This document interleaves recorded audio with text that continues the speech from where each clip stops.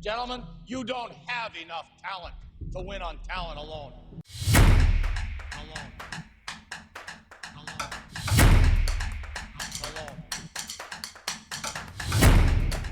Hello, welcome to the Town Alone podcast brought to you by The Wheel. I am your host, Adam Hess, and with me, as always, he's been suspended from the league for 5 games and fined $5,000 for punching Rasmus Dahlin. It's Mike Regan. Mike, how you doing today? He didn't get suspended, did he? No, but you did. I got suspended out. You got suspended. He just should got have fined suspended. $5,000. Yeah. You can't just like punch a dude in the back of the head who's like skating away and doesn't want to go. And you can't just tee off on him and punch him in the back of the head unless you're like a huge Bertuzzi fan, you piece of shit. Brandon Hagel. Are you still mad about losing that gold medal, you fucking loser? You can only punch Rick Moranis in the back of the head. That is a stated fact of the laws of the United States. That is it. It's just Rick Moranis. It's only Rick Moranis. And that's because you want to stop him from being the key holder. Mm-hmm. Yeah. But Mike, we are not a Honey, I Shrunk the Kids podcast. We're a football podcast. And there's a lot of football to be talking, so I can't be distracted talking about your Rasmus's Dahlin or that everyone's talking about Pokepedia or whatever that new game is. Yeah, like Poketipia or something. I don't know. There you go. Mike probably nailed it there. It's one of those. Mesopotamia. Sure. By the way, a backup introduction for you would be he's currently possessed by both himself and Mary Shelley. It's Mike Regan. I didn't get to see the movie. Yeah, you didn't get to see the movie. Oh, The Bride. Yeah, the whole joke was or the whole reference was assuming that you saw the movie today, as you said you would. Nah, I had to change tickets. Well, at least that's only a spoiler for the first 45 seconds of the movie. Oh, no. Mike, it is legal tampering day in the NFL. It is the day where they can legally tamper, which means no NFL teams have talked to any free agents until noon Eastern today, at which time they called them and made multi-year, multi-million-dollar deals in less than 14 minutes. As I saw, the earliest reported deal was at 12:13 Eastern today. That is incredibly fast negotiating, if you ask me. They know negotiate. We're gonna go through and do a free agents draft here in a little bit, talk about some of the free agency there, but we do have some other stuff that we actually have to talk about first. For starters, Mike, Tua Tagovailoa got cut for a record $99 million dead cap hit by the cap-shedding Miami Dolphins, the future home of Julian Sayin. Mike, what are your instant reactions to Tua Tagovailoa, past and future MVP, getting cut? Not like anything. A reaction. No big reaction. I'm getting cut. It was kind of an expected thing. They're like tearing everything down to the studs there in Miami. Well, it feels like they were, and then they're also doing other things as well. But I guess they have to have somebody at the position. Yeah, I mean, you're referencing the Malik Willis contract they handed out. Yeah. Or he didn't get the 3 years, $67.5 million. Yeah, didn't get the 30, but he still got a lot more money than I thought Malik Willis would ever get again on a yearly basis. So congrats to him. I don't know how well that's going to work. The whole Malik, I don't know. The next time BP has a massive oil spill in the Gulf of Mexico, they really should just go to Malik Willis's agent and go, hey, can you spin this so that no one cares? We all just accepted Malik Willis just got paid nearly $70 million to be the quarterback of an NFL team in 2026. What are the chances this goes well? What are the chances? I mean, and maybe Miami wants it to go poorly, right? Mm-hmm. But if you wanted it to go poorly, you should just kept fucking Tua Tagovailoa. Yeah, don't pay another $22 million a year for it to go poorly. Yeah, it's you dug a hole so deep you got stuck in it, and your idea to get out of the hole was to dig a deeper hole. The funny thing about these situations with guys like Willis or like that caliber of quarterback, is that the situations where we'd get on here and say, oh, it could work, is if it was like a good team, doesn't have a great draft pick, but needs a quarterback. It's like they have like the personnel and the staff, they could make it work with Willis. But guys like Willis never get signed by those teams. They always get signed by the dog shit teams who are desperate to have a quarterback. Yeah. And so then they just go to a bad situation. There's nothing like the few good games he had in Green Bay. It's like, yeah, well, he had Matt LaFleur and a good team around him. That probably helped. And also did not throw the ball a lot. And there was very limited Malik Willis moments that people forget. Yeah, I think I'm prone to agree with you on that. You know what kind of team Malik Willis would really thrive on? Like the Niners. like a Green Bay Packers style team. Yeah. Like, if the Green Bay Packers had paid him $67 million, I'd be like, oh, Jordan Love's looking a little hot there. They don't trust their starting quarterback. But I wouldn't be like, what is this? But with Malik Willis there, it's like, all right, are we excited for Malik Willis throwing to Jalen Waddle for 12 passes a week? Yeah, me either, Mike. Me either. Yeah, and I'm seriously, name one other skill position player on the Miami Dolphins. David Achane. Isn't Achane a free agent? Or am I wrong? Possible. No, it doesn't look like he is. Never mind. I thought he was a free agent, which was kind of my point there. All right. So is this? Let me ask you: stock up, stock down for fantasy. Jalen Waddle and Devon Achane. Stock the same. Stock the same. Slightly down. The same. Stock slightly down. Stock slightly down. Okay. I could see Malik Willis like at least uncorking a couple like bombs.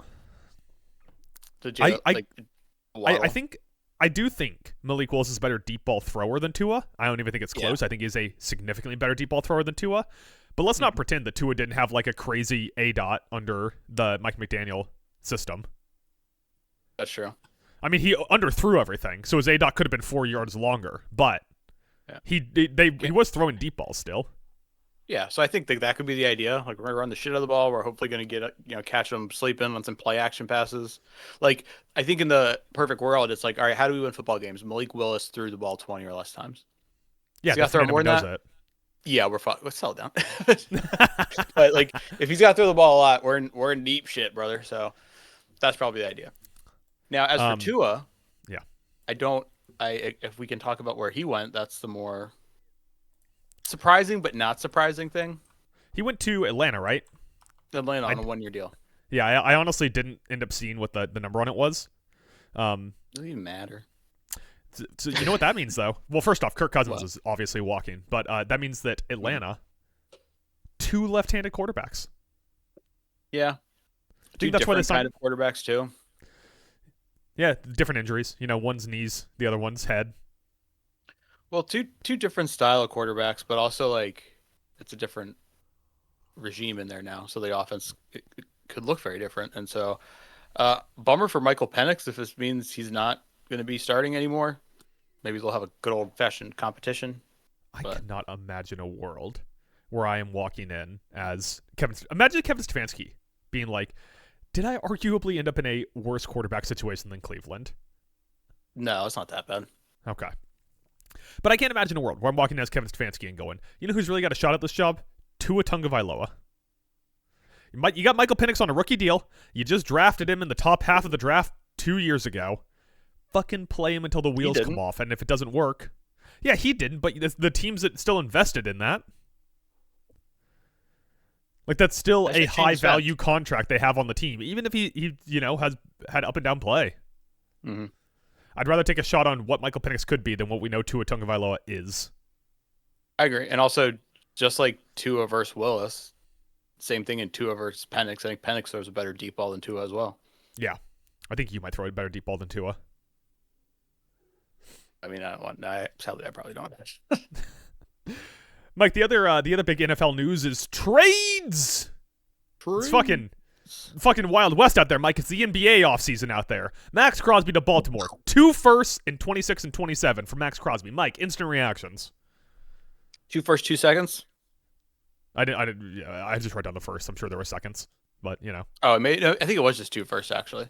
Yeah, 1st and 26, 1st and 27. Yeah, point is, Maxx Crosby got 2 firsts. Jerry, you only got 1 for Michael Parsons. That is an excellent point. Mm-hmm. Mike, how do you feel now knowing that you're going to have to play Maxx Crosby in the playoffs every year, despite the fact that you're going to be up 33-20 after Lamar Jackson throws 2 picks? I hate it. I don't want to deal with Maxx Crosby. But luckily, Josh Allen is he's not like most men, so he'll figure it out. Yeah, he's much more of a goober than most men. And he's going to pick up Maxx Crosby over his head and throw him and the ball at the same time. Speaking of the Buffalo Bills, Mike, DJ Moore to Buffalo for a second. They also get a 5th back in the deal. So they basically move back 3 rounds and gain DJ Moore. Yeah. Is DJ Moore, has he become just He's almost like an expiring contract in the NBA, where he's just a valuable trade piece every few years for a team. Because he was he was part of that Bears trade back out of the number 1 pick, the Bryce Young pick. That's how they got DJ Moore. Mm-hmm. I like the move. There's a lot of people have been pretty negative. And obviously he's not coming off a great year. He's actually been like in decline the last 2 years. But yeah. I think for what we gave up and his skill set, it's actually fine. And like you can't bitch about Brandon Beane not being aggressive and then in the same breath after this deal be like, I can't believe we gave up a second round pick. Right. I would say the two things that we bitched at Brandon Beane about, besides deflecting blame for his misses onto, for some reason, Keon Coleman, is one, did not invest at all in the skill positions outside of drafting 6 tight ends or whatever. And 2, not being aggressive on the trade market when you have the best quarterback in the league in his prime. And he did both those things here. He invested in the skill positions, and he went all in while you have the best quarterback in the league in his prime. Yeah, so I'm fine with the move. You could sit here and be like, oh, second's a little pricey. Yeah, probably, but for the situation we're in and what we're trying to do here, then give up the second. Fuck it. Yeah. So I'm fine with it. I think he fills a spot we need as an outside threat. Hopefully he sees an uptick. And one thing that I think will help is, like, let's face it, he was in a crowded situation in Chicago. One, he's going to be playing for a better quarterback. And then 2, he was in a crowded situation in Chicago where, like, young guys there. That's why it was a good move, I think, by Chicago, too, because they had a surplus at the position. And they moved out the oldest and most expensive guy at that position and got solid draft capital back.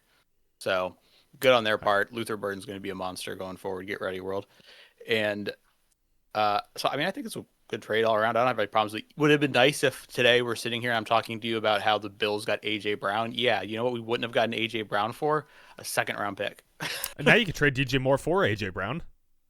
Although if you did that, I would immediately be like, what does Howie Roseman know that we don't know? Is DJ Moore taking steroids, but he has an agreement with the NFL that he won't get caught for a year? What's going on here? All I know is the Bills have been we've seen a lot of guys not return so far in free agency, and we got rid of one of like the better known secrets in the NFL in Teron Johnson. So our cap is still not great.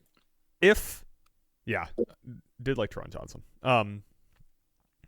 If Philadelphia signed Malik Willis to say a 3-year, $67.5 million contract, my first thought would be, oh fuck, is Malik Willis actually good? Yeah. So it really definitely does color it if Philly's involved in something, and I'm starting to think they're not even going to move A.J. Brown. Mike, continuing on, I would say the most interesting, the most titillating, the one I'm going to lead off our podcast title with for the most clicks trade that has happened so far. Garrett Bradbury to Chicago for a 5th in 27 back to New England. Mike, how does this change the face of the NFC? I don't think it does. What? They acquired a center, a good center at that, for a 5th. Yeah. Chicago rebuilt their offensive line last year, and it worked out great. Yeah. Now their center retired. They trade for Garrett Bradbury for a 5th in 2 years. That's the point. They don't want Garrett Bradbury. They just had to get something. I think Garrett Bradbury's a good offensive lineman. Yeah, I mean, I'm not saying he's bad. I'm saying it's not like what they didn't go into the offseason. Like, it's a downgrade of Drew Dahlman. Yeah, it's a downgrade, and I guess they didn't like anybody on the market. I mean, Connor McGovern re-signed with Buffalo, so he was off the table. Tyler Linderbaum signed with the Raiders for $99 trillion. $81 million, but really close. That's a lot of money, man. It's a record deal for an interior offensive lineman. Yeah. I mean, mind you, he had a 5.2 pressure rate allowed, and he has a little T-Rex arm, so maybe he's good, but... Wait, he doesn't have little T-Rex arms. He's just small, right? He's like 6 foot. He's like a bowling ball. Linderbaum? Yeah. Yeah, I think he is kind of chode like. Yeah. 6'2", 305, a little chode. Little chode. Chode center. Michael, continuing on with the Trade Express choo-choo. Micah Parsons. Not Micah Parsons. God damn it. Minkah Fitzpatrick. What the fuck, man? Minkah Fitzpatrick traded to the New York Jets for a 7th. Mike, last year, Minkah Fitzpatrick, in the downswing of his career, gets traded to Miami and has 1 interception. Ball hawking, Minkah Fitzpatrick has 1 interception. Guess where he would have ranked amongst the Jets? Number 1, probably. No, number 1. He would have. In fact, Mike, if you combine every player on the Jets last year, Minkah Fitzpatrick would have had more interceptions than them. Yeah. Don't you remember the defense funny, had 0 interceptions? 0 for the entire 0, season. yeah. 0 interceptions. It's funny though. Lost in the excuse me. Oh, apparently you're boring me. I'm sorry, I didn't mean to yawn. Lost in the terrible Dolphins season. Minkah Fitzpatrick actually played. He only had the 1 pick, but he actually played pretty well. Yeah, I think they definitively won that Jalen Ramsey trade, even if it didn't lead to any additional winning. I just think he played better than Jalen Ramsey. He was a little bit cheaper than Jalen Ramsey, and now they flipped him and got an extra pick out of it. A 7th rounder, but a pick's a pick. Yeah, I'm a little worried about the Jets are all of a sudden making good moves. I think because I like the Minkah Fitzpatrick trade, and I like the Tavondre Sweat deal. So I'm like, what's going on over there? Hold on, let me.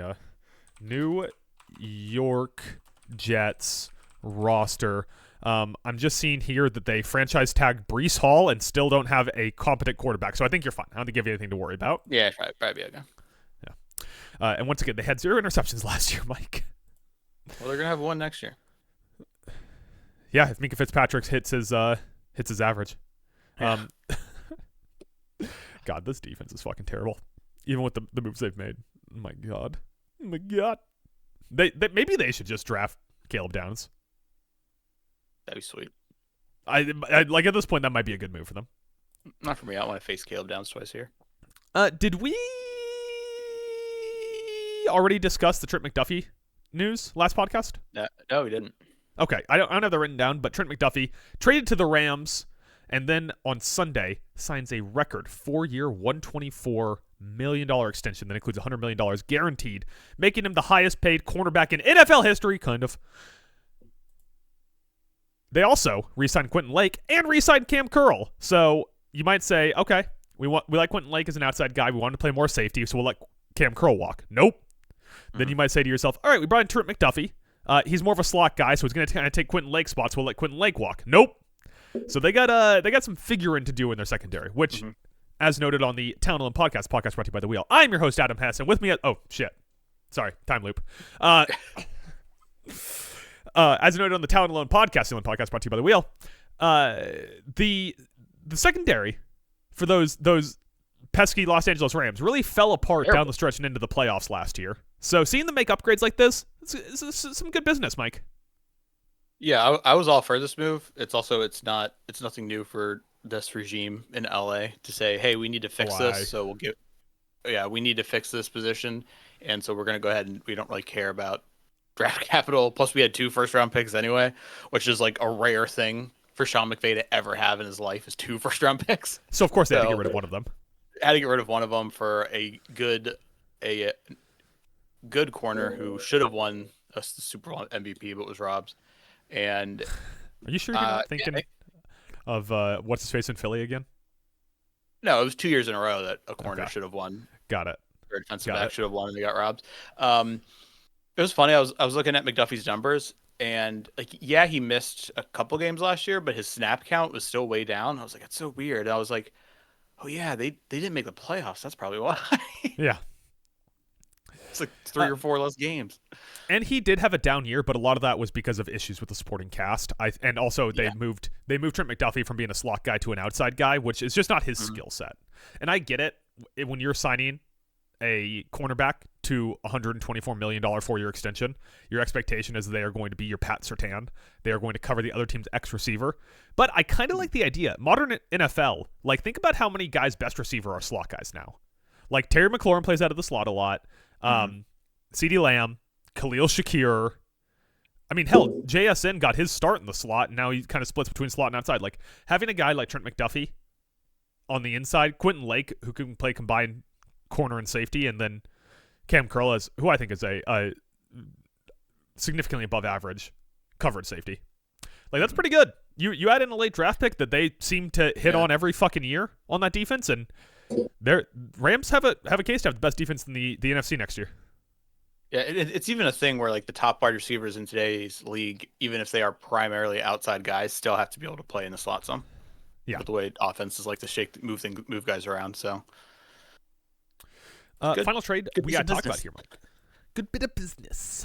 Final trade we got to talk about here, Mike. Michael Pittman to the Pittsburgh Steelers. Pittman to Pitt. For a quote-unquote swap of late-round picks. I couldn't find the details on it anywhere. Pittsburgh immediately turns around, signs him to a 3-year, $59 million extension. This move saved Indianapolis $25 million, even with a $5 million cap hit as a signing bonus. And then they also turned around and immediately signed Alec Pierce to a massive deal. Mike, your thoughts? Your thoughts on Pittsburgh now having two big old beefy boys to catch passes and no quarterback? I don't hate it. Ever since Pittman's relatively big contract, he's been in the decline like the last 2 seasons and hasn't even hit the 1,000-yard mark. So, I'm, solid trade. We still don't know who's playing quarterback for the Steelers at this point. I'm thinking it may actually be Ty Simpson. Kyler Murray. Oh, what do you think? You like that? Do I like it? No. What do I see it as a possibility? Yes. Those are 2 different things. Excellent point, Mike. That's why we pay you the big bucks around here at Talent Alone. Yeah. I didn't realize in my head how much I think like Alec Pierce, did he really have like that good of a? I don't get it. I don't get it. I don't get it. He had 1,003 yards with 6 touchdowns. I don't get it. I saw someone, who was it? I think it was Sir Bill Simmons of The Ringer. Pro Jam. That guy said like one of his wish list items today would be to see that the Pats signed Alec Pierce. And there was a couple like Bills fans who were after the DJ Moore trade were like, no, I like him a little more than Pierce, I guess. Or I kind of wanted Pierce. And I was like, what are we doing? Like a 26-year-old Alec Pierce who just finally broke 1,000 yards? And I said, finally, he's 4 years in the league. I should not be such a dick to him, but I don't get it. Yeah, I don't get it. And like to a level, I get it from the sense of you had Trey Pittman if you were going to pay Pierce because you also have the real star of your pass catching group is your tight end, fucking Tyler, what's his face? Warren. Tyler Warren. Also, and you're paying Jonathan Taylor a lot, so you couldn't just be paying like all these pieces out tons of money. Yeah. But they also gave up 2 first-round picks for Sauce Gardner, so it's not like they could pick up a wide receiver in the first round in this draft. I don't know, man. The Colts are quickly driving off of a cliff into a brick wall, like a brick wall that someone built hanging off of a cliff. I guess I kind of mixed my metaphors. So like imagine there's like a post running all the way from the bottom of a canyon up to like 7/8 the way up off of a cliff, right? And so you drive off the cliff and into the brick wall, like the brick wall they built off that post. There, I made my metaphor work. Yeah, it worked well. Mike stopped listening. Mike stopped listening. No, because so long ago. I was watching him Google. No, there's 2 things in my head that popped up there. One was I posted the picture in general. If you pop over there for a second, look how smug this son of a bitch looks. How smug Alec Pierce looks. Who the fuck do you think you are, bud? And the other one is, like, as you talked about where the hell the Colts are heading with this roster, is like apparently they tagged Daniel Jones and then a transition tag, and then apparently he turned down a 3-year, $100 million offer from the Colts, and because allegedly he is seeking a deal in the $50 million per year range. And I want to get here. I want to have a heart-to-heart moment with Daniel Jones and just ask him, like, who the fuck do you think you are, bud? Like, your career was in like at death's door. Okay, Indy picks you up. They give you the starting job, or you earn it, whatever you want to say. You play well, but you snapped your Achilles in half. Where are you getting $50 million a year for? Let's see. $50 million would put him between Kyler Murray's last deal and Jalen Hurts' current deal. It'd put him just behind Lamar Jackson, Justin Herbert, Brock Purdy, and Jared Goff. Yeah, and like I'm all for, valuing yourself very highly. And maybe this is just like, hey, we're going to ask for this crazy number and hope to get less. But like, I don't know. 3 years, $100 million, I probably would just went and jump on that, DJ. But okay. Yeah, he had a broken leg and a torn Achilles, right? So, like, bud, come on, Yeah. Have some realistic expectations, all right? And this is once again, like, cash some checks if you can, but this Colt situation, like him holding out for a better contract, it's kind of indicative of, okay, maybe Daniel Jones doesn't care that much about winning a title. Maybe he just kind of wants to be like, I want to set up my family for the next 4 generations off the wealth I can make in the NFL. And I get that, man. I get that. I'm not gonna shame you for that. But I think that if Daniel Jones was like, I want to win a title, you'd sign the transition tag for 1 season and then go see if you could hop on the 49ers bandwagon the year after. Yeah. Mike, that's really all the news that we got outside of the free agency stuff that we will get to in our next segment. Did I miss any trades or anything that we need to talk about? No. No. No. Is that what you said, Mike? You said no. I said no. Mike, we got one piece of NCAA news we need to talk about here. Your favorite quarterback, Trinidad Chambliss, got an injunction from the Supreme Court of Mississippi saying that he could play his 6th year as according to the way that they interpret the NCAA bylaws. Now, the NCAA is appealing this injunction, claiming the organization has final decision-making authority in the interpretation and application of its eligibility rules. So now Chambliss' 6th year of college eligibility is potentially going away. Mike, can you explain to us what kind of landmark decision we could be in for, how long you think this is going to drag out for, and what you ultimately think the end result might look like? Yeah, so basically, as like a small recap, initially he gets denied for his 6th year, so of course, like everything else, they take it to court, where a judge in Mississippi surprisingly rules in favor of like the most important player on Ole Miss's roster coming back to his team. Shocker, I know. I'm sure he's not like a Rebels fan or anything. Basically saying that when he was at D2, there was a year where he missed due to injury, and he should have gotten a medical red shirt, but the school didn't like apply for one or like give him one or whatever, do the right paperwork, and that wasn't fair. In this situation, this would be a big ruling if the NCAA wins, just in the sense that it would be like the first time they've kind of finally like punched back. Like every time they try to do anything, like make any kind of ruling, the players or whoever, these agents are like, well, we're just going to go to court, and they win in court. And so they're in a situation right now, they're like, we can't do shit. Anytime we try to make any ruling, take any control, you just go to court and we lose. So this is them kind of finally punching back and saying like, no, it's not fair. I am in charge here. I'm a big man, okay? I make the big man decisions. I also heard a good point that like if the NCAA and these schools are hoping for Congress to kind of come swooping in to save the day for them, they need to show that they've tried everything on their end to fix things.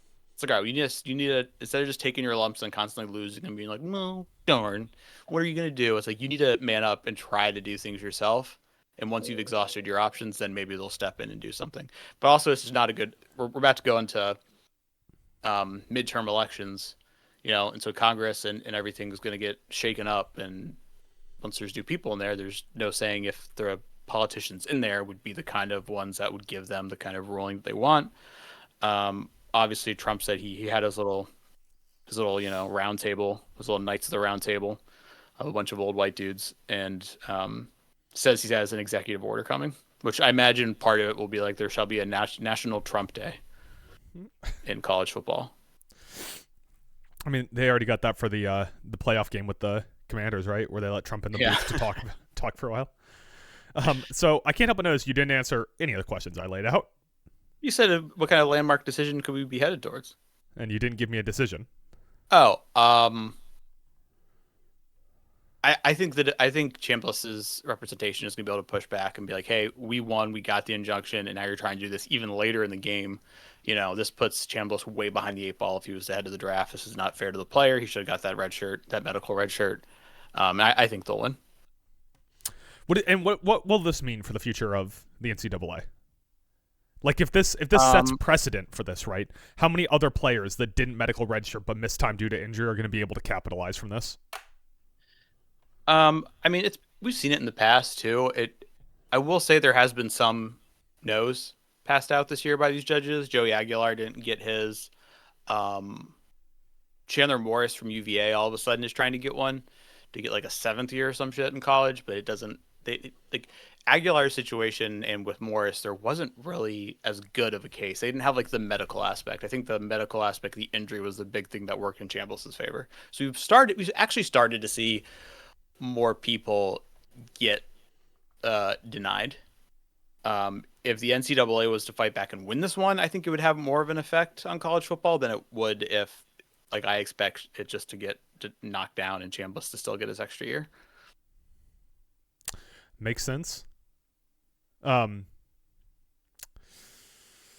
trying to think if there is anything additional that we should cover with this. If this gets denied, is Chambliss going to end up in the draft?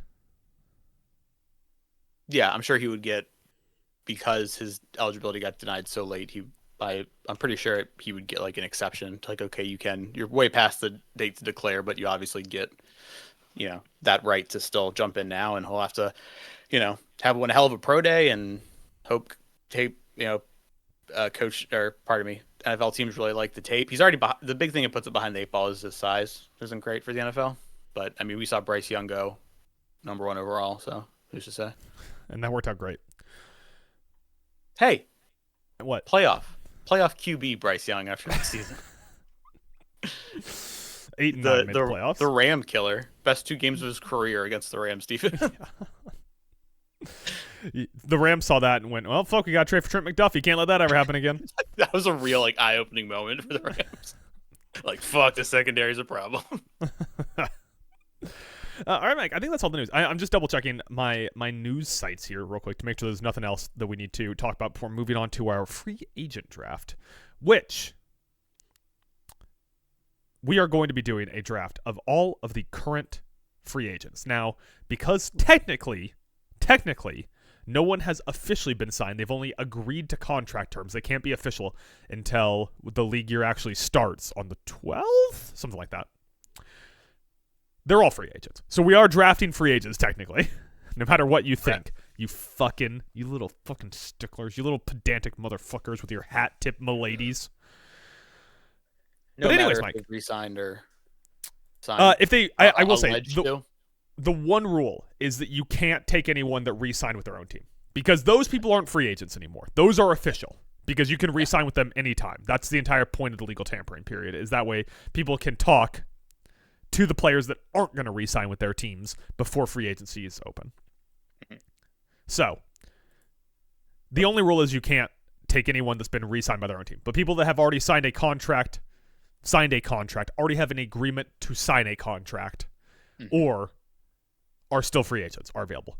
For this draft, Mike, we're going to build a team of free agents. We're going to go back and forth, not snake order, because 2 people with snake order is fucking dumb. Yeah. You're going to need to have a quarterback, a running back, a wide receiver, a tight end, 1 O lineman, 1 D lineman, a linebacker, a defensive back, and 3 free spaces. Because if I didn't add in the free spaces, then if I took a quarterback in the first pick, Mike would just leave quarterback until the final round. Yeah. Because he knows I can't take it. So, that's how we're going to build our team, Mike. With that, would you like to go first or second? You can go first. I can go first. Ooh. Me? And as we go through anyone that's already signed somewhat in earnest, we'll talk about them a little bit more. All right, Mike, there is a lot of options, obviously. The question is, what is the shallowest group? What do I want to take from that I don't see a lot of high quality players in? This might not be the best player to take this early, but I just think off of the weakness of the position, I think I'm going to have to go either defensive back or wide receiver. What do you think of that, Mike? What do you think about going with one of those 2? Yeah. Mike's really invested in this draft. That's good to know. What's up? I can't give you any help. I'm going to go with old man Mike Evans.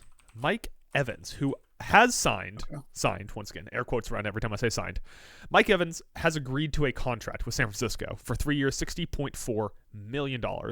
Now, he didn't have 1,000 yards last year. He keeps getting injured, and he's in his early to mid-30s at this point. He's an old man. But the fall-off between him and the second-best wide receiver is Alec Pierce. So I want to make sure that I get the best possible wide receiver on the board. All right, Mike, your pick. Who are you going to take with your first pick in the free agency draft? I said the number, right? He got signed for 3 years, 60.4. Yeah, that's what I got. That's what you got? You called your sources? Yeah. I call my sources. Said, hey, Shefty, what are the numbers on that Mike Evans deal? I said, hey, Mike, how you doing? I said, I'm doing good, Shefty. That's how we talk to each other. So it's so that by the way, that receiving core now is just because they're going to get rid of IU. So it's just going to be Mike Evans and what's his face who got shot? Ricky Pearsall. Ricky Pearsall, and I guess George Kittle whenever he comes back from injury. Yeah, well, I think is Kittle. Well, he's not a free agent. And probably whoever they'll probably draft some like receiver like in the second or third and be like, no, trust me, this dude, we nailed it. Yeah, they're gonna be the Malachi Fields team.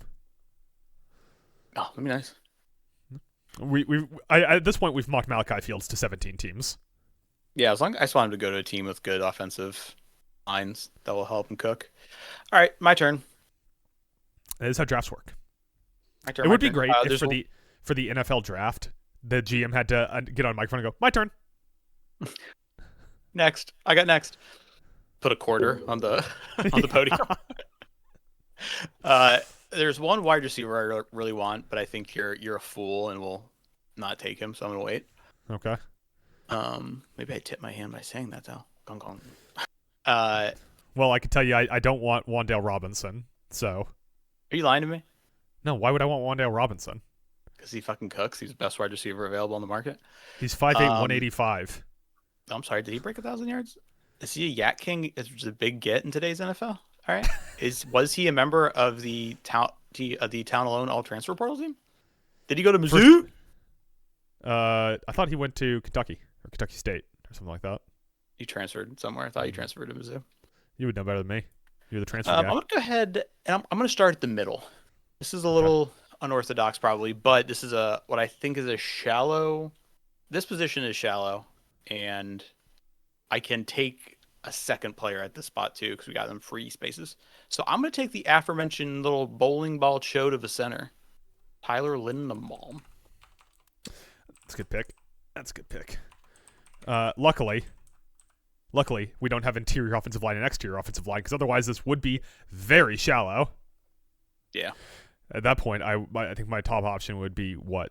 Like, Jesus Christ, fucking Isaac Semola from Pittsburgh. Yeah. Connor McGovern, who re-signed with Buffalo. Paul? Well, I couldn't even take Connor McGovern because he re-signed with his team. So yeah. Chris Paul left the NBA and now is now a 27-year-old offensive guard. I think it's so funny that NBA Chris Paul isn't even the tallest Chris Paul, and he played in the NBA for 18 years. Yeah, dude. The football Chris Paul has like what, a foot on him? He's 6'4". Yeah, I think he's got 2 feet on him. Yeah. All right, Mike Evans and Tyler Linderbaum off the board.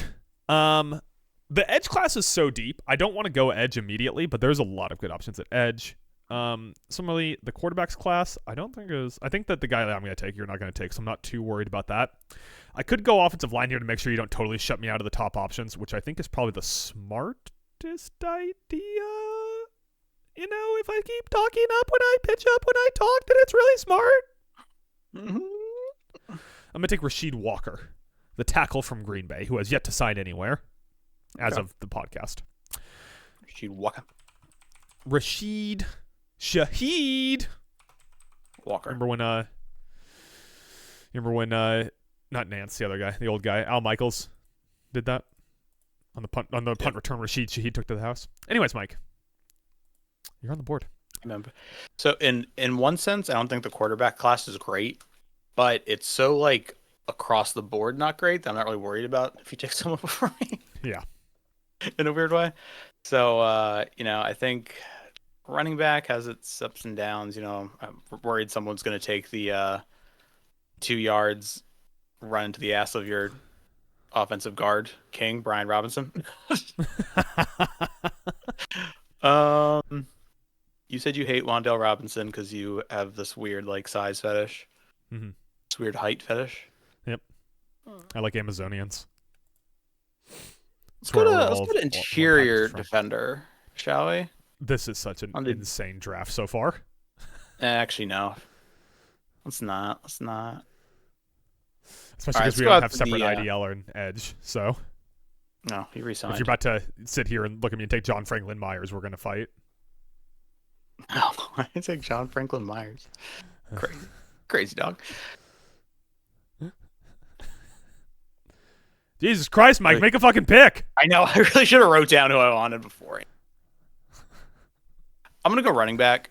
Breece Hall, unfortunately, got tagged, so he's not available. So I'm going to take the hottest name on the market. The hottest thing in the Super Bowl business. MVP. Kenneth Walker deterred. K9. The turd? Yep, heading to Kansas City as they search for a good running back for like the 6th straight year. I feel like Ken Walker was on pace to make $9 to $10 million a year, and then won Super Bowl MVP, and now he's making like 14 a year. Yeah, that's crazy. Good job by him. I also just love Kansas City, who I think I still think if Andy Reid's got it, Ken Walker's a good piece for him, like a running back with breakaway speed. But I just love that Kansas City had like terrible offensive line problems last year and went, I know how we'll solve this. We'll pay a running back $43 million. Yeah. Congrats to Ken Walker though on making half of a Patrick Mahomes salary. Mm-hmm. All right. So to me, at some point, one of us has to take an edge defender. I get that it's a super deep class. You got Trey Hendrickson, Jalen Phillips, Odafe Owe signed, Khalil Mack re-signed, so can't take him.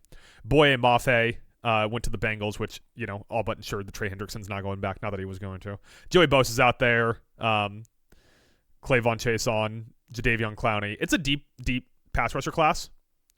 Mm-hmm. And I feel like the obvious pick here, you go with Trey Hendrickson. But Trey Hendrickson's 31 years old, Mike. He didn't have his best year. Yeah, did not have his best year. I think that if I'm not going to go there, the two prime picks are the two guys that are in the prime of their career. One guy that was traded last year and is now a Washington Commander, Odafe Owe, 4 years, $100 million. And the other one, Jalen Phillips, who went from Miami to Carolina for 4 years, $120 million, which is very expensive for Jalen Phillips, if you ask me. Yeah. I think I'm simply going to be a homer. I'm going to go Odafe Owe. That's what I was going to take first. So. Welcome to Washington, young man. 6'5", 265, no sacks in the first 5 weeks last year. Gets traded to the Chargers in Week 6, makes his debut, and gets a sack. Ends the season with 7.5 sacks in 13 Shout out games. Jesse Minter. Shout out to Jesse Minter. Now, I just have to hope that whoever the fuck is our defensive coordinator now is just Jesse Minter. Which he has to be, right? Why else would you promote someone if he isn't as good as Jesse Minter? I don't know about that. I do like that pickup for you guys. Yeah. I feel like $25 million a year for him. Pretty solid. I feel like you've been in search for the last few years for some kind of pass rushing specialist. Yeah. Yeah. Because we've had a lot of guys who play like that weird OLB position that are like the drop back in coverage and stuff like that, like Frankie Louvu. I guess he would be the most prominent example, but we signed a few guys last offseason and then they all got hurt. So yeah, if everything works out right, we should have a pretty legitimate rotation on defensive line. We'll see if it works out right and if the coaching isn't dog shit. Yeah. I'm with my pick, we're gonna also go ahead and stick it in the same position group. Because I like this guy, I like who he's cooking with. He was one of the, overall grade, overall maybe doesn't pop out, but he's an edge. Your job is to get to the QB, and he got to the QB. Good amount of hurries, 9 sacks. Also in the prime of his career, a little Clayvon Chason.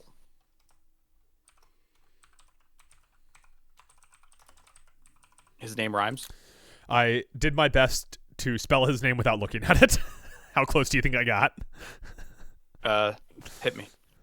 Say it. Nope. Misspelled it horribly. Clayvon's a cool fucking name too. You gotta not enough. You don't give enough credit to just when pass rushers have cool names. That should be worth an extra sack a year.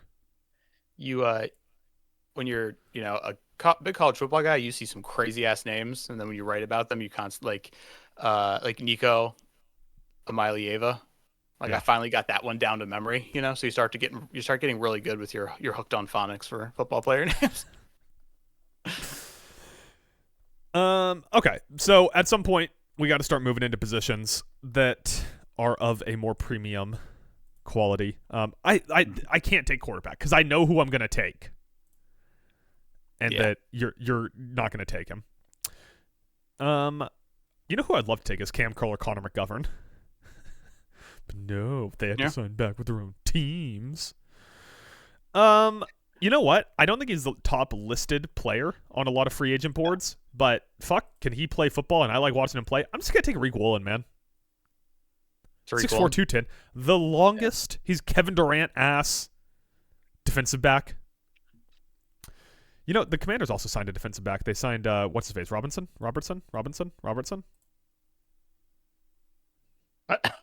What? That's so many names. You flung over to get to that more valuable position, if you will. I'm gonna go with a less valuable position. I got a couple names here. Go to the linebacker spot. Originally, I was like, this is Tremaine Edmonds. Amik Robertson is who I was talking about. Okay. Robertson. Edmonds in a weird way, like once like when he was in Buffalo, it made him cook. Is like Matt Milano was just a great interior linebacker who could stay at home, and it allowed us to kind of cut Edmonds loose, and he would make like kind of the highlight plays. In Chicago, he kind of shifted to being more that stay home guy, and just could not get a lot of pressure. Great against the run. So this is crazy based on age, but my God, this man just ages like fine wine. Give me Bobby Wagner, dude.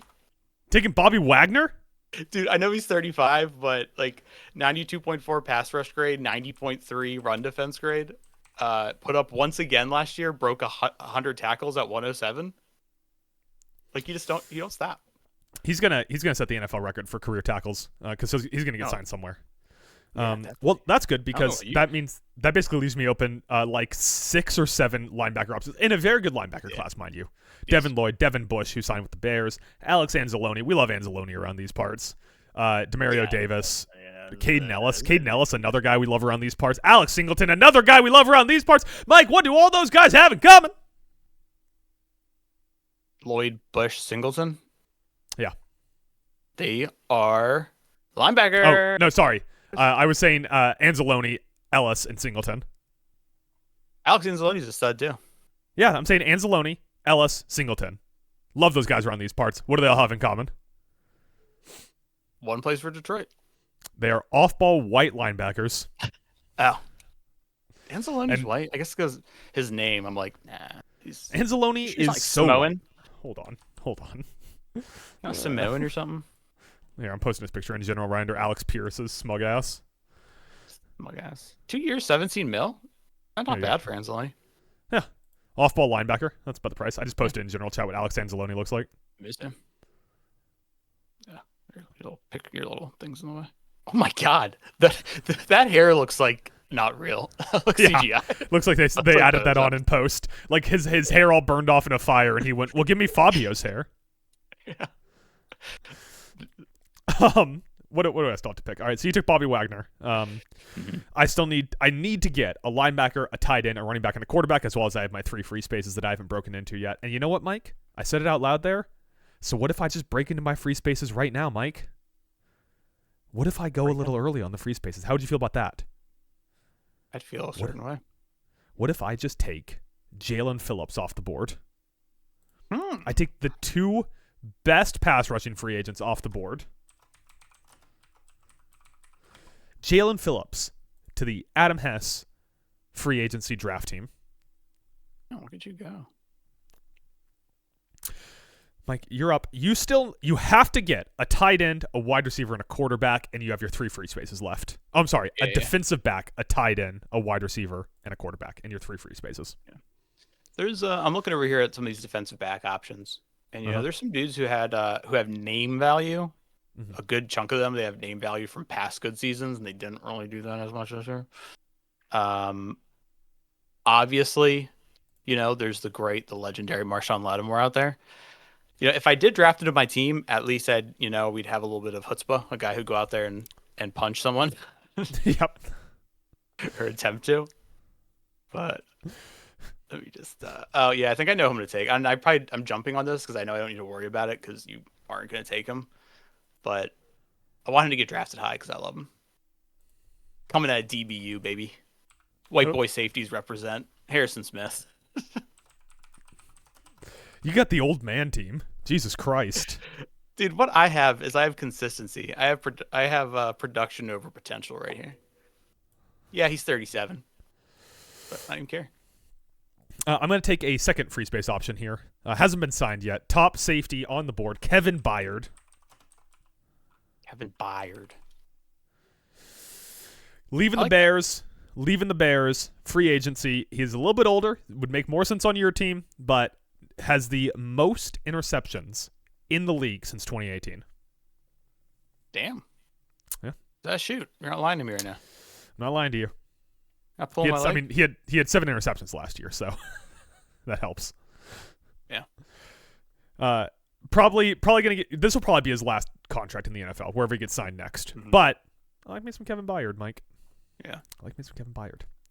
All right. Well, at some point, I can't use my last free space up because then I actually do lock myself out of the other position. So I'm not going to take another defensive back next. Yeah. Swing back to the offense here, and once again, not a, it's become a more and more valuable position. No, that's right. Those fuckers. I like how we've gotten into this mode where we have to queue up how we're going to draft before we do. We have to create the narrative around it. We're like, just go into the interior defensive line. This class here, it's a great interior defensive line class, Al. These guys here just know how to play football, Al. Yeah. I started off doing an impression of us, like in a caricature, and slowly ended up being Collinsworth, and I don't know how that happened. All right, so I'll wait on tight end because they had a franchise tag. I got a couple options here I could go. Looking at tackle, most important position on the offensive line. Got narrowed down to 2 dudes. Trying to see which one I want to slide with. Would be your first free space pick. Yeah, this would be my first free space because I already took the little bowling ball chode Linderbaum. I'm gonna go ahead and go with another. I'm gonna go and go with another vet because that's starting just to be a theme of my team. Who is over 30, only 31 though. Take a little Taylor Decker.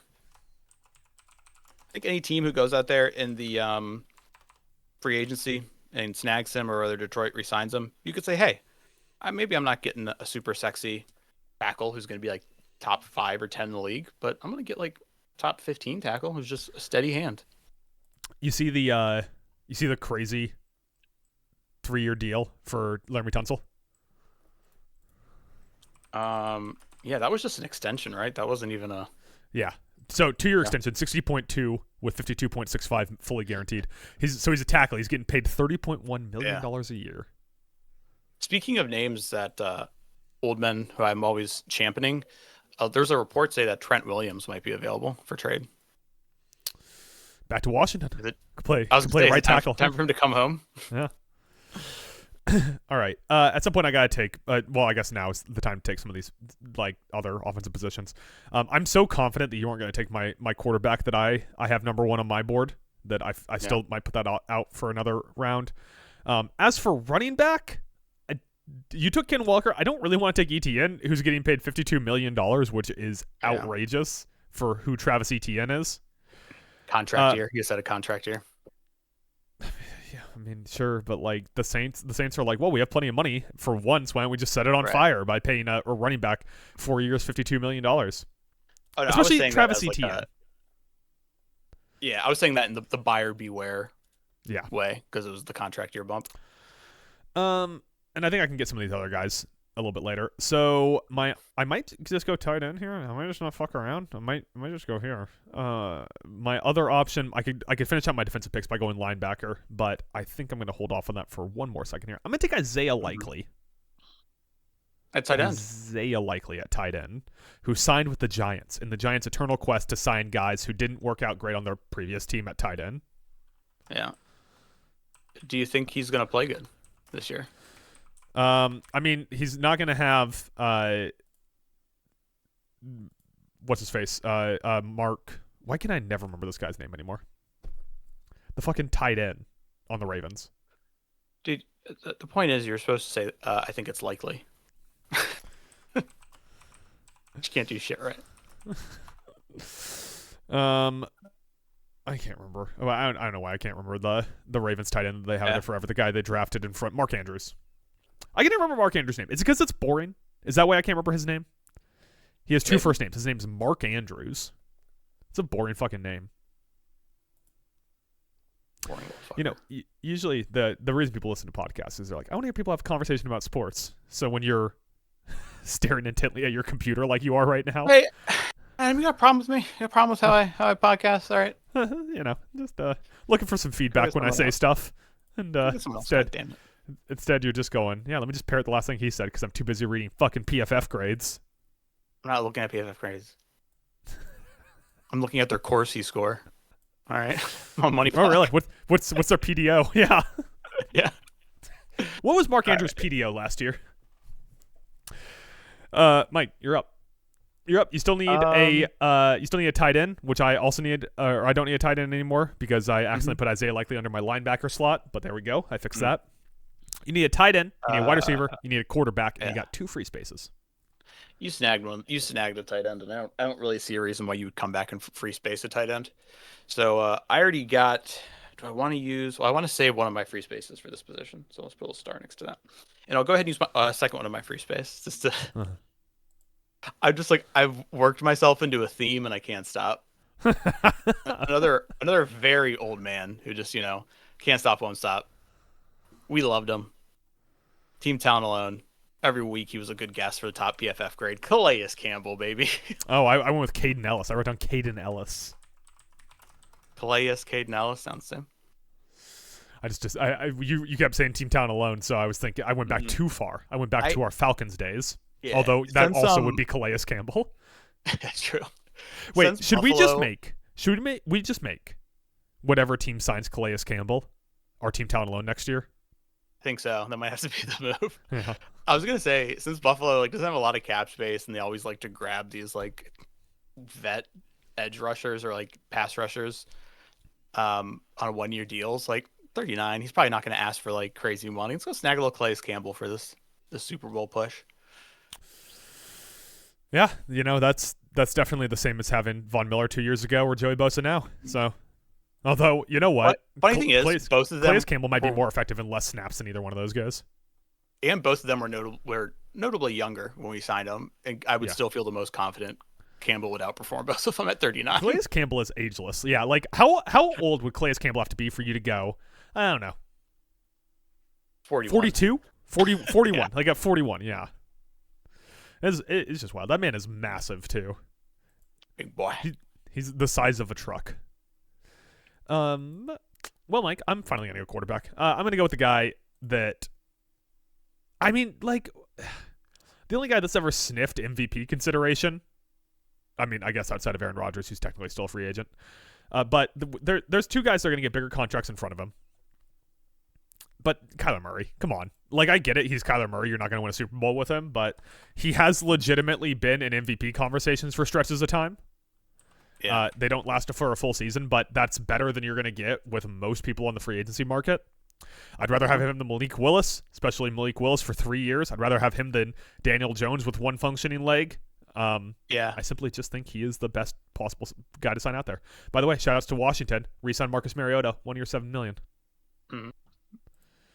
Actually, I gotta tell you, he sniped me. That's all I was gonna take. I thought that after last year, you were gonna hate Kyler Murray with such a burning passion that you were gonna take fucking Aaron Rodgers or something. Yeah, you'd think, but kind of like what you're saying, looking at what's available, it's it's probably the best option.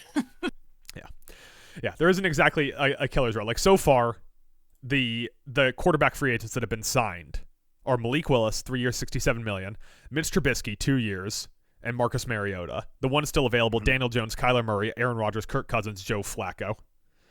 Yeah. It's and then Russell Wilson. Not a killer's row. I mean, it's quarterback. There's never a killer's row of quarterbacks, but still kind of lame. All right, Mike. You need a quarterback. You need a wide receiver. You need a tight end, and you have 1 free space left. Yeah, I know I said I'd probably just wait because I don't think you are going to free space one of them. But this guy you might. So I am going to go ahead and knock out my tight end. And he doesn't pop off the page at the yardage standpoint. But another 30-plus-year-old vet. 11 tutties last year. Well, Dallas Goedert. Yeah, Dallas Goedert, good pick. He was definitely my consideration for my last free space. The great thing about Dallas Goedert is he's like bad PR George Kittle, where he's a 4-down tight end. The guy can play, the guy can block and the guy can catch. He just isn't in fucking Little Caesars commercials riding a fake deer and playing video games with his broskies. Yeah, that's a fake deer. Fuck. Yeah, not a real deer.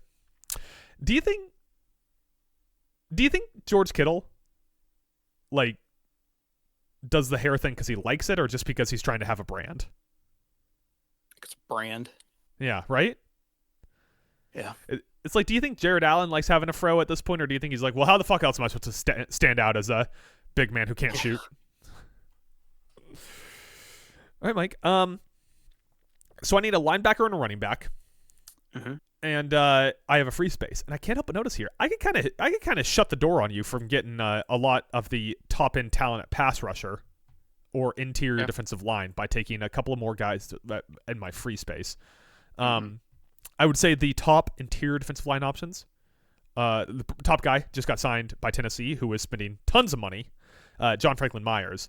But how about this, Mike? How about I just go with a guy that we have been screaming about on this podcast for a year because. What the fuck is Cincinnati doing? I'm just going to Trey Hendrickson. You know, they brought in Boye Mafe to replace him. They brought in Shamar Stewart to replace him. They might even draft a pass rusher this year to replace him. But how about I just draft the guy who gets like fucking 20 sacks a season every year but last year? Yeah, dude. I mean, there's a good chance he'll be reinvigorated, especially if it's not Cincinnati. He gets out of that ugly situation, which was just like a headache and a constant drama, you know? And he gets... in a good spot. Totally easy that like totally understandable to suspect the bounce back here. So I don't hate it. I mean, you left third and Jawan out there, put him in your free space, but third and Jawan, the legend of the town on the podcast. He's getting re-signed. He's going back to San Francisco for more money than he's probably worth. I'm calling it. He's going to hold out until like week 3 of preseason before he re-signs there. Yeah. Well, I mean, otherwise, you know, it's just Mike Evans and Ricky Pearsall. Aforementioned George Kittle. You're up. You still need a quarterback. You need a wide receiver. You got a free space. I got one free space. I could continue to lean into the bit with a man who I think has never been on the free agent market his whole career, or it's been like the first time in a long time. Cam Jordan, dude had 10 sacks last year. Yeah, I think 36. it's his first time on the free agent market. Yeah, I think that's what I read. I pass on that. I'm kicking myself for leaning into the bit so hard that I took Harrison Smith. Because now I'm going to have to use that last free space in defensive back. And I'm going to go with I got 2 guys here in mind that played well last year. I'll go with one that's a couple years younger. Who it's interesting that he's not never mind. I was going to say it's still interesting that Jalen Watson didn't get re-signed. Maybe he will after the McDuffie deal for Kansas City. Well, Jalen Watson already got signed by the Rams. Oh, he did? Yeah, they just grabbed both members. Oh, that's right. Of the Kansas City defensive back group. I like that. They traded for Trent McDuffie that. and then they signed Jalen Watson. Okay, so I'll go ahead and go with my other option instead, actually, because a couple years older, but Pittsburgh, they missed out. The Jalen Ramsey thing didn't work out, so they gave it another crack. And I'm going to go with Jamel Dean. Yeah, I like Dean. I like Jamel Dean. Yeah, very... I was going to say on a Tampa Bay defense that Tampa Bay's defense was like a mix of like glaring hole, good player. Yes. That was a mix of what it was. And he was one of the good players. All right. I managed to hold off here until the final round or the final couple rounds to get a linebacker and a running back. I'm just going to take the best linebacker out there. A guy that we talked about a lot on the show, Devin Lloyd, who was injured in the second half of the season, I believe. Isn't that right? He's basically injured for the entire stretch run. I think so. Really well, though. Yeah, prime of his career. Fast as fuck. Let's just get Devin Lloyd on this team, man.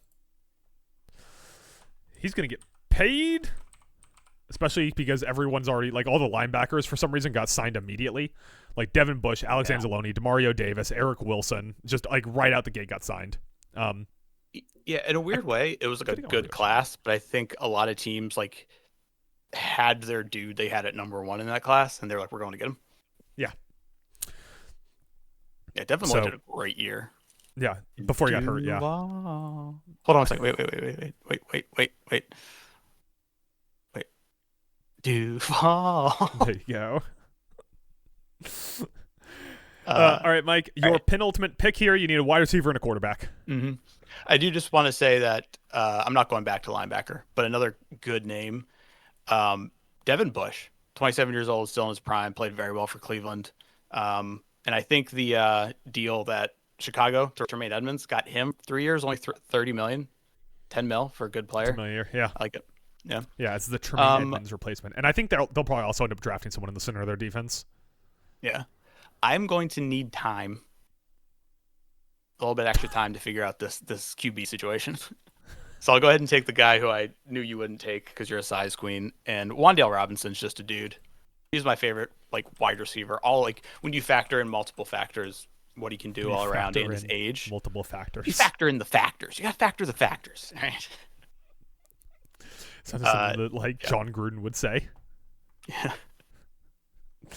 And I'm sorry, you're right. I misremembered it. He was a Nebraska Cornhusker, and then for his last year, he transferred to Kentucky. Yeah, because he's on that team with Will Levis, right? Mm-hmm. And that coach that you think is really good, who's somewhere now, right? Who was the Kentucky coach with Will Levis? It was Bob Stoops at the time, and he wasn't a great coach. I mean, he fielded good. You always knew you were going to get a good, solid defense out of him, but God, some of his offenses post Levis were just beyond abysmal. Bowling shoe ugly might be how I put it.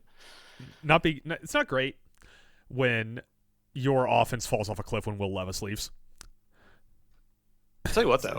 Come preseason, Wan'Dale could cook if he gets those reps with Will Levis.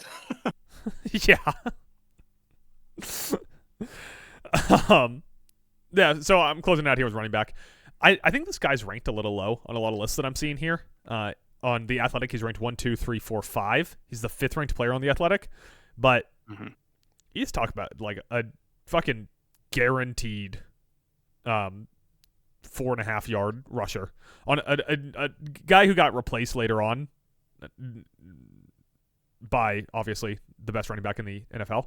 I'm just going Tyler Algier, man. I get it. Rashad White, Rico Dowdle, Travis Etienne, all on the board still.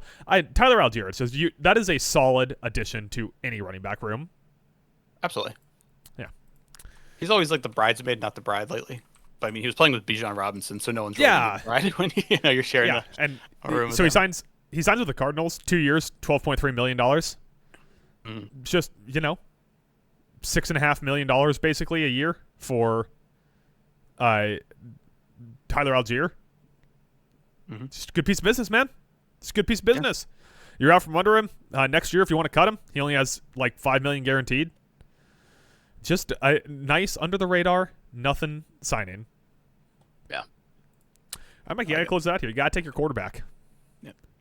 Now, once again, for a bit, I thought it'd be fun just to go by best nickname and grab a little Snoop Huntley.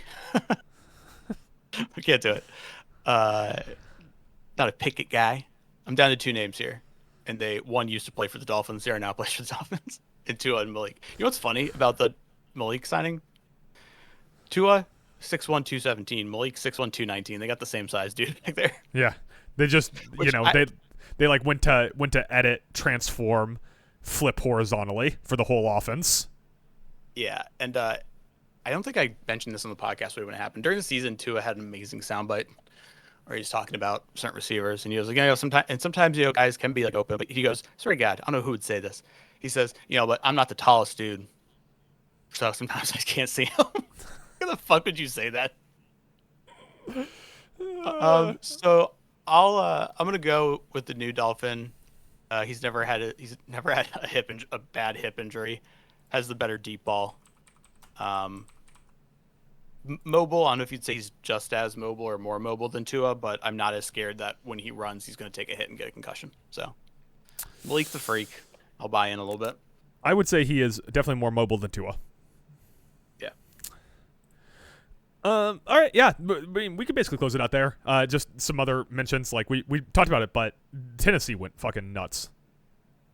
They spent that cash. They had a lot. Yeah. They signed John Franklin Myers, 3 years, $63 million. Alontae Taylor, 3 years, $60 million. Wan'Dale Robinson, 4 years, $70 million. Mitch Trubisky, 2 years, don't know the amount yet. And Cordell Flott, 3 years, $45 million. The Titans went fucking nuts. And they have the number 2 pick in the draft? Where do they pick in the draft? They might have the number 2 pick. I'm pretty sure it's number 2. I believe you. I think you're probably right. Yeah. I don't have any reason to believe you're wrong. It's number 4, you fucking idiot. You dumb guy. I knew you were wrong. I doubted you every second. Such an idiot. I should have stopped doing podcasts forever. Currently, Tankathon has them mocked to take Jeremiah Love. Yeah. Can I make? I think I did a bunch of like 1-round mock drafts picking for all the teams the other day, and I love going there a lot of times. I also every time I had, if he still is available, I had Kenyon Sadiq to the Broncos. I would love that. I think that's. Can you say his name the way you say his name though? Kenyon Sadiq. Kenyon Sadiq. That is true.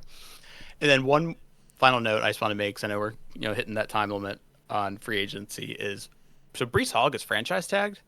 Mm-hmm. And I gotta say, getting a player the caliber of Breece the value, the level of Breece Hall at only $14.3 million, actually pretty good when you consider. I think he has like close to a Saquon ceiling, and what Saquon costs on a yearly basis. And it's not going to hurt your team long term at all. If it just doesn't work out this year, or you pick up some random guy who plays better, you can just let him walk next year. No harm, no foul. Yeah. Let me rattle off our teams that we got here, Mike. So my team first, I got Kyler Murray, Tyler Algier, Mike Evans, Isaiah Likely, Rasheed Walker, Odafe Owe, can't even say the name of the player on my favorite team, Devin Lloyd, Reek Woolen, Jalen Phillips, Kevin Byard, and Trey Hendrickson. Mike, you on the other hand got Malik Willis, Ken Walker III, Wan'Dale Robinson, Tyler Linderbaum, Dallas Goedert, Clavon Chason, Bobby Wagner, Harrison Smith, Taylor Decker, Calais Campbell, and Jamel Dean. I would say I got the better team, but Mike, my team has 0 Super Bowl MVPs on it. I have a disciplined veteran defense. Didn't even manage to pick up a single Super Bowl MVP on here. Anyone available? Any last Aaron Rodgers? Any last free agency thoughts? No, I think I'm pretty sure I hit everything I wanted to. Let me. I'm just gonna double check here, make sure that nothing outrageous happened while we were live on the pod here. Quay Walker to the Raiders, Nakobe Dean to the Raiders. I guess the Raiders got on their announcing kick here. Jags. So I guess the Raiders are just signing linebackers. Yeah. Here's what I was gonna say. Giants re-signing Eleanor. Broncos release Dre Greenlaw. Yeah, I saw that. I guess it makes sense, but still. D. Alfred. You guys got D. Alfred. The Bills got D. Alfred. You see that? D. Alfred? Chiefs obviously. D. Alfred guy? No, not really. Chiefs got the 1-year deal with Travis Kelce, obviously. Uh-huh. Oh, yeah. We should probably talk about that for a second. Is Travis Kelce worth $12 million now? Or is it just, he's part of the reason you guys won 3 Super Bowl rings? Yeah, I think it's like, I think part of it, you can say, like, the production isn't what it once was, but it's like he's part of the fabric of this era. We want him to retire a Chief, finish his career out here. So give him one more shot at winning a Super Bowl, which they won't win because their team's just not good enough. But you also get a bunch of extra income off of Swifties buying Travis Kelce jerseys, and you'll get even more once they break up and everyone burns their Travis Kelce jerseys. So, and then a couple more notes that broke during the pod. Cardinals signed Gardner Minshew, who I guarantee will start a game at some point. Especially if Jacoby Brissett's playing too well.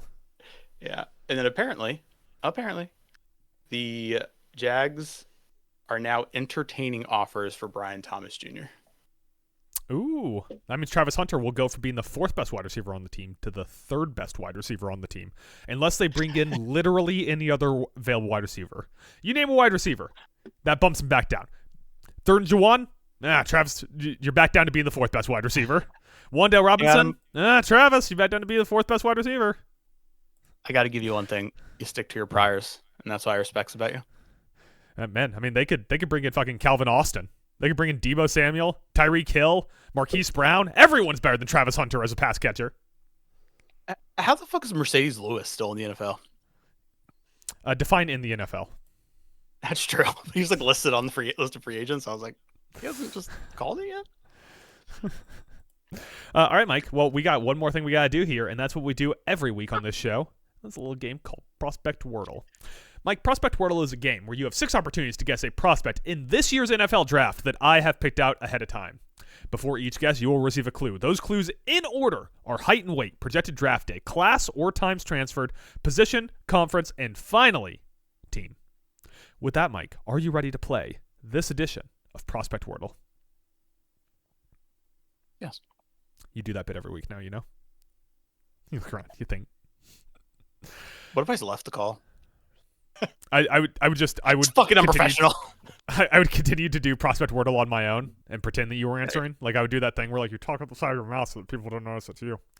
Mm-hmm. All right, Mike, your first hint. This player is 6'2", 228 pounds.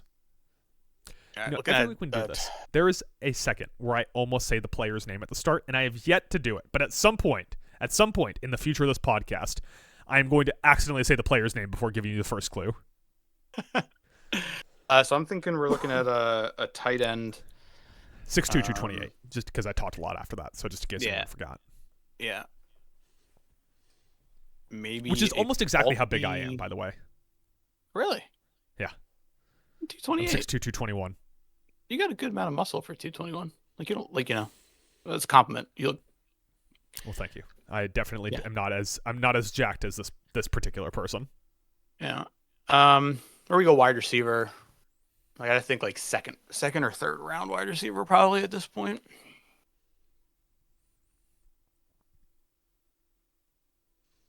It's a thick wide receiver. 6'2", 228. Is a thick. I think he's bigger, but Malachi Fields? I think he's taller. No. Okay. 6'2", 228. Mike, this player is a day 3 pick, which I will tell you. I actually finally looked up the draft order, and I can tell you day 3 is anyone from the 103rd pick and on. Okay. With comp picks at the end of the second or at the end of the third round. So this player is at least the 103rd pick mocked on PFF's mock draft or later. Or I should say on PFF's big board. There's a name I don't think I've thrown out before. Mm-hmm. Chris Bell? No. Mike, would you like to know this player's class or number of times transferred? I feel like times transfers just become the better one of the two. Okay. 6'2", 228, a day 3 pick. And Mike, this player has transferred 0 times. 0 times. Played all years of college ball for the same team. Same team. Mike's inputting all this into ChatGPT. ChatGPT responded with Devin Lloyd. You can't always rely on Mike. You can't always rely on ChatGPT, Mike. That's the problem. No transfer, day 3 pick, 6'2", 220, 228. 228. Could be looking at. All right, I'm gonna go off the 228 is bulky for a wide receiver, so we're gonna stop that. And we're gonna go back to the tight ends. Mm-hmm. Ends that are tight. Maybe don't say it like that. Why is that weird? Calling it the ends that are tight. Yeah. Or what we could be looking at is a beefy little running back. Mm-hmm. Running back that got or some a kicker. stock on him, Could be a kicker. Or kicker. Yeah. Mm-hmm. Power forward. I'm gonna go with a running back. I'm gonna go with one who through the first half of the season I was super high on. And then second half of the season he still played well, but definitely cooled a little bit. Let's go with the Washington Husky, Jonah Coleman. Okay. Jonah Coleman is incorrect. Also, Jonah Coleman is 5'9". Oh shit. He is chonky, right. But he's 5'9". Okay, he's chonky. 6'2", 228, day 3 pick, 0 transfers. Mike, this player is a linebacker. Ah, fuck.